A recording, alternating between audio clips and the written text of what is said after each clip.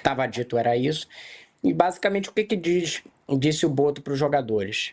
Que o Felipe Luiz era um técnico liberal, ou seja, que dava muito espaço, liberdade para os jogadores serem responsáveis por eles mesmos, o que aqui, dando minha opinião, acho que não tem nada de errado se você estabelecer esse tipo de relação com os jogadores, mas que eles estavam abusando dessa liberdade, desse liberalismo, e com comportamentos, enfim, que entendia que não eram devidos, né?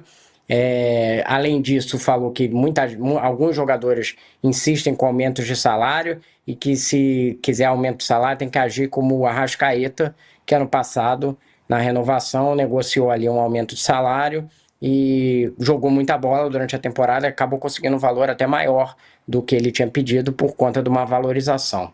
Concluiu dizendo que todo mundo é culpado, ele, Boto, o Bap, o Felipe Luiz e os jogadores também, que todo mundo está nessa barca da crise técnica, digamos assim.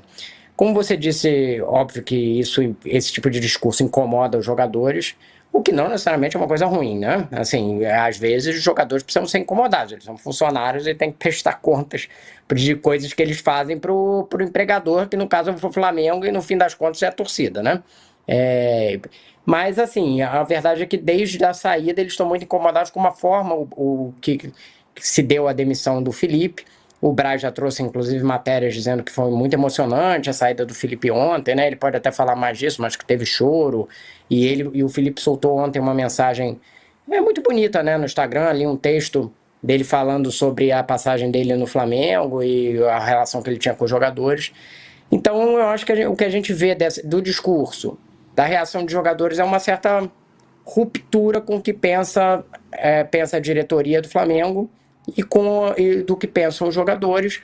E, de uma certa forma, essa liberalidade do Felipe foi um dos motivos dele ter... De certa forma, não. Foi um dos motivos da demissão dele, entre outros, né? Quando a gente fala assim, teve um caldeirão de coisas.